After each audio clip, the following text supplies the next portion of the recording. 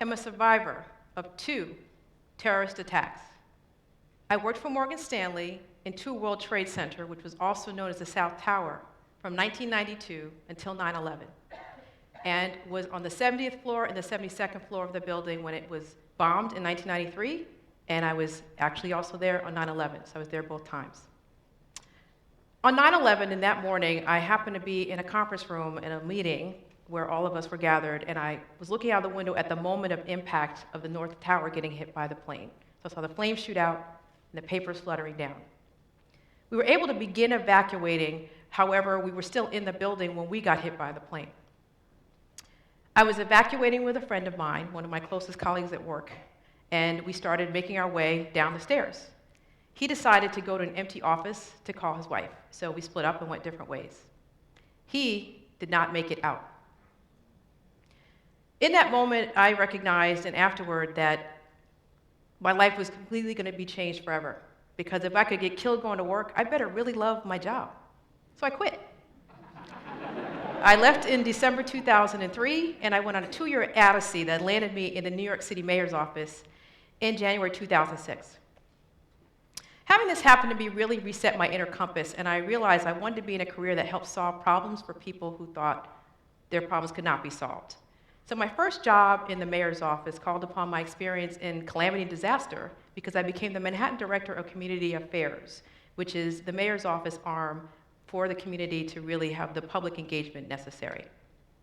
We responded to crane collapses, blackouts, helicopter and plane crashes, and also were deployed during severe weather events like Hurricane Irene to work in New York City shelters and help neighborhoods get back on their feet.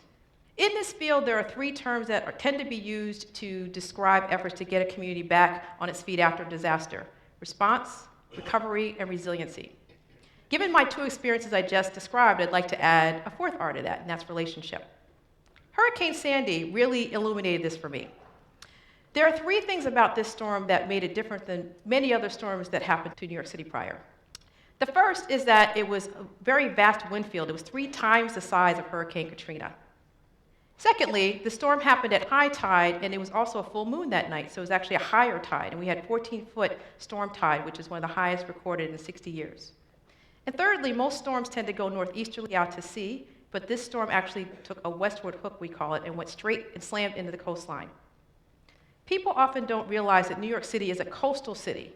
Only the Bronx is connected to the mainland, and we have 520 miles of coastline. In addition, in New York City, many vulnerable communities, not wealthy communities, but vulnerable ones, live on the waterfront. So we have people who are disabled, elderly, on fixed income, limited English proficiency, and people who just couldn't afford to leave and wait till things got better. So how did New York City respond? Right after the storm, we set up a program called Rapid Repairs, which allowed people to stay in their homes rather than going to US government trailers that you're often familiar with, because New York City is just too densely populated to be able to house enough people in trailers. So the program hired skilled contractors and construction workers that were able to come and make free short-term repairs to allow you to stay in your home.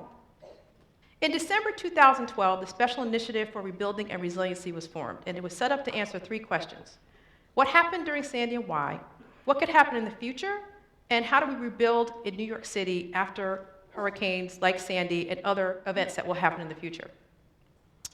So this put together 6 months of work for people who were from city government as well as outside experts to come in and do analysis that resulted in a stronger, more resilient New York.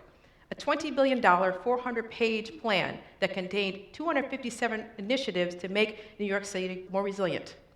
The Office of Recovery and Resiliency was formed to execute that plan. So many homeowners and renters were affected by the storm that we recognized we needed an entirely new infrastructure and department to facilitate getting people back into housing. Build It Back is the program to repair, rebuild, and elevate homes damaged by the storm. New York City has unique housing stock, and as I said earlier, we are very densely populated, so our program could not look like other programs that existed for prior storms. We were able to effectively lobby the Department of Housing and Urban Development to make changes to the program that were unique to New York City housing. Mayor de Blasio has pledged to finish all homes in this program by December 2016. So I spoke earlier about the stronger, more resilient New York. That was part of a series of plans we have called Plan YC. We first started doing that in 2007, and it has to be updated every 4 years.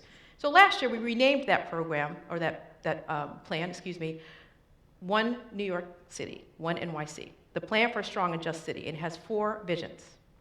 We have a vision for growth, for equity, for sustainability, and for resiliency. New York City can't be the city of the future as we look toward our 400th anniversary if we are not having full participation of all of our residents because they are chronically ill, they can't get to work because of lack of good transportation options, they are not able to afford to live in New York City, and things like that. The plan includes efforts to foster social cohesion and community. In addition, we are part of a network called 100 Resilient Cities, which is sponsored by the Rockefeller Foundation, where we actually are partners with cities around the world that are doing this similar work. The thread that connects all of these things is the process of getting feedback from the community and how important that is. And in some communities, that is more challenging than others. The Rockaways is a community that felt somewhat disconnected from city services and government prior to the storm. The western part of the peninsula is predominantly white, and the eastern part of the peninsula is predominantly African American and Latino. So we knew we could not have a cookie-cutter approach when talking to the Rockaways. 1 in 3 East Rockaway residents has an average annual income of less than $25,000 a year. The western part of the peninsula is predominantly working class and middle class and contains the community of Breezy Point that not only was affected severely by the waves from the storm, but it suffered from a catastrophic fire the night of the storm where 130 homes burned to the ground the same day of the storm. So we knew we had to do a lot of listening and learning when we went to those communities, and that we would have to deal with the trauma that people suffered from the storm itself, as well as the feelings they had about the city prior to the storm. I remember one meeting 3 months after the storm where 8 of us rode from City Hall to go to a meeting on the eastern part of the peninsula, Far Rockaway. We bought food for the participants, we made our presentation, and then we asked for feedback. There is a method you employ during community meetings where you can hold a microphone instead of giving it to the other person because you don't want them to go on too long or say something inappropriate, so it was my turn to hold the mic. So I'm standing there holding the microphone, and speaker after speaker came up and expressed intense pain and anguish and frustration at how they felt the city had been treating them. They felt like we didn't care about them, and they didn't believe we'd ever come back after that meeting. They thought we were checking a box. So as I'm standing there, and I'm holding the mic, and they're basically yelling at me because I'm holding the mic, I recognized that I actually started to identify with the speakers, that the person I was holding the mic for, that could have been me if I had not gone to Penn. Because you see, I grew up in public housing. I knew what it was like to feel like you didn't have a voice or a choice, to feel like an other, to feel like an outsider in your own larger community, to feel completely ignored and abandoned. So in that moment, I recognized there was no way that any of our policies were going to come to fruition unless we made them believe we were actually going to come back, no matter how they treated us when we got there. As you can imagine, this really changed our team greatly, and we actually still talk about that meeting 3 years later. That happened 3 years ago this month. And we recognized that we had to keep coming back and engaging as many people as possible. So we talked to business owners, residents, elected officials, nonprofits, and community groups, everybody that we could talk to as often as we could, and that culminated in a process where we had 11 meetings in 8 days in areas affected by Sandy around the city. We had large maps so they could put a dot where they lived, circle where they work, and write down what they wanted to see in their community. And much of that feedback actually made it into the 2013 plan. Build It Back feedback sessions actually needed to happen very frequently because the process of getting people back into their homes is an urgent one. So we actually implemented something that was very different for those meetings. In addition to finding out about the program in the front of the room, there were caseworkers in the back. So you could find out where your home was in the pipeline. And while people may have been frustrated that they weren't in their homes, they knew we were walking beside them through the process of trying to get them back into their homes by building trust that we wanted to help them get back as quickly as possible. Build It Back also hosted an opportunity fair where they were able to find out about job opportunities throughout the city to be able to get to work. We needed help determining who should actually be in these meetings, so we worked with local nonprofits and houses of worship to determine the right mix of people because we knew we didn't know everybody who should be there, and we really leaned on them to help us with that. Many people actually went to local houses of worship and nonprofits right after the storm for resources before they even went to government. And one prominent example of this is a local pastor in far Rockaway. He actually gathered together a pastor's group where they were able to call national retailers and get food delivered to their community to feed people immediately after the storm.